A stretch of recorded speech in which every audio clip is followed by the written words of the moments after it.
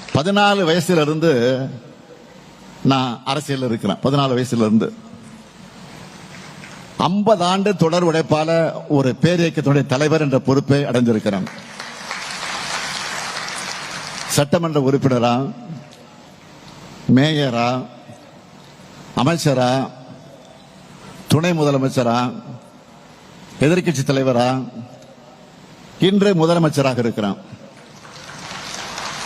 பெருமையோட சொல்றேன், நான் போகாத ஊரை தமிழ்நாட்டில் இல்லைன்னு சொல்லக்கூடிய அளவுக்கு பயணிச்சு மக்களை சந்திச்சுட்டு இருக்கிறேன். அதனாலதான் மக்களுக்கு என்ன செய்யணும்னு அறிந்து புரிந்து ஒவ்வொரு திட்டத்தையும் தீட்டுக்கிறேன். உங்கள் எதிர்காலத்தை என்னை நம்பி தமிழ்நாட்டு மக்களான நீங்க ஒப்படைச்சிருக்கீங்க. அதுக்கு நான் நிச்சயமாக உண்மையாக இருப்பேன்.